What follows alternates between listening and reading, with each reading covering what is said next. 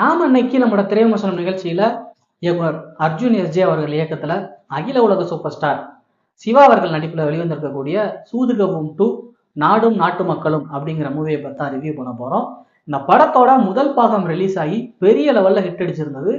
இதை தொடர்ந்து இதோட இரண்டாம் பாகமும் ரிலீஸ் ஆயிருக்கு. முதல் பாகத்துல ஹீரோவா நடிச்சிருந்த விஜய் சேதுபதி அவர்கள் வேற லெவல்ல பெர்ஃபார்ம் பண்ணியிருந்தாரு. அது மட்டும் இல்லாம முதல் பாகத்தோட நிறைய சீன்ஸ்களை பாக்குறப்போ நமக்கு கூஸ் பம்ப்ஸா இருந்தது. அதே போல இந்த இரண்டாம் பாகமும் பெரிய லெவல்ல ஹிட் அடிக்குமா, இல்லைன்னா இந்த படத்தை தியேட்டர்ல போய் பார்க்குற அளவுக்கு ஒர்த்தா அப்படிங்கிறத பார்க்கறதுக்கு முன்னாடி இது மாதிரியான சினிமா ரிலேட்டடான அப்டேட்ஸ், மூவி ரிவ்யூஸ்லாம் பார்க்கணும் அப்படின்னு நினைச்சீங்கன்னா நம்ம சேனலை மறக்காம சப்ஸ்கிரைப் பண்ணுங்க, லைக் பண்ணுங்க, கமெண்ட் பண்ணுங்க. இந்த வீடியோவை உங்க ஃப்ரெண்ட்ஸுக்கு மறக்காம ஷேர் பண்ணுங்க. கூடவே பெல் ஐக்கானை ப்ரெஸ் பண்ணுங்க. அப்பதான் அடுத்தடுத்து போற வீடியோஸ் உங்களுக்கு நோட்டிபிகேஷன் வரும். சரி, வாங்க வீடியோக்குள்ள போலாம். இந்த படத்தோட ஸ்டோரி என்ன அப்படின்னு கேட்டீங்கன்னா, நம்ம ஹீரோவும் அவரோட கேங்கும் வந்துட்டு கையில சிக்கிற ஆட்கள் எல்லாம் கடத்தி கொண்டு போய் அவங்கள வச்சு பணம் சம்பாதிச்சு தங்களோட வாழ்க்கையை வாழ்ந்துட்டு வர்றாங்க. அப்படி ஆப்போசிட் சைட்ல போனோம்னா கருணாகரன் வந்துட்டு ஒரு பெரிய அரசியல்வாதியா இருக்காரு. அவரு அடுத்த எலெக்ஷன்ல ஜெயிக்கணும் அப்படின்னா தன்னோட பகுதி மக்களுக்கு பணம் கொடுத்தா மட்டும்தான் ஜெயிக்க முடியும் அப்படிங்கிற சூழ்நிலையில இருக்குது. இந்த நிலையில ஹீரோவோட கேங்குக்கும் கருணாகரனுக்கும் இடையில பெரிய கிளாஸ் ஒன் ஆகுது. கடைசியா கருணாகரன் அடுத்த எலெக்ஷன்ல ஜெயிச்சாரா இல்லையா அப்படிங்கறதான் இந்த படத்தோட கதையா இருக்குது. இந்த படத்தெடுத்த டைரக்டர் இதோட முதலாம் பாகத்தோட டெலிட்டட் சீனை ஃபுல்லா கொண்டு இரண்டாம் பாகம்னு ரிலீஸ் பண்ணியிருக்காரு அப்படின்னு நினைக்கிறேன். ஏன்னா அந்த அளவுக்கு தான் இந்த படம் இருக்குது.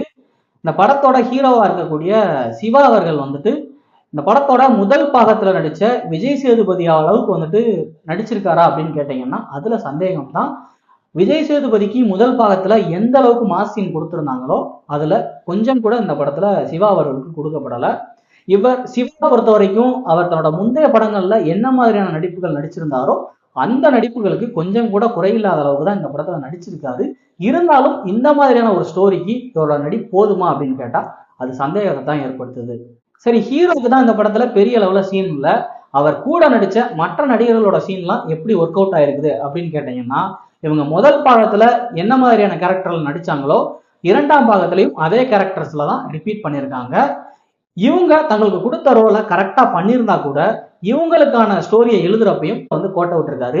இந்த படத்தோட கதையை எழுதின டைரக்டர் இன்னும் கொஞ்சம் டைம் எடுத்து பொறுமையாவே எழுதி இருந்திருக்கலாம். இந்த படத்துக்கு மெயினே காமெடி தான். சரி, காமெடி எந்த அளவுக்கு இந்த படத்துல ஒர்க் அவுட் ஆயிருக்கு அப்படின்னு கேட்டீங்கன்னா, MS பாஸ்கர் அவர்கள் ஒரு சீன்ல கடப்பாறை கைக்கு ஏதுவா இருக்கிறப்பே ஒரு டவுட் வந்துச்சு தலைவரே அப்படின்னு சொல்லுவாரு.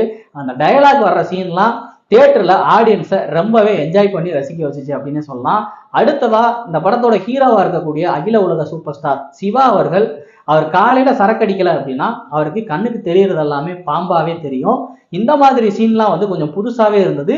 இது எல்லாரையுமே பாத்தீங்கன்னா ரொம்ப என்ஜாய் பண்ணி இந்த சீன்ஸ் எல்லாம் பார்க்க வச்சுச்சு அப்படின்னே சொல்லலாம். இதுக்கு அடுத்தபடியா இந்த படத்துல வேற எதுவும் காமெடிகள் சிரிக்கிற அளவுக்கு இருக்கா அப்படின்னு கேட்டீங்கன்னா மற்ற சீன்ஸ்ல இருக்கிற காமெடி எதுவுமே பெருசா கை கொடுக்கல அப்படின்னு தான் சொல்லணும்.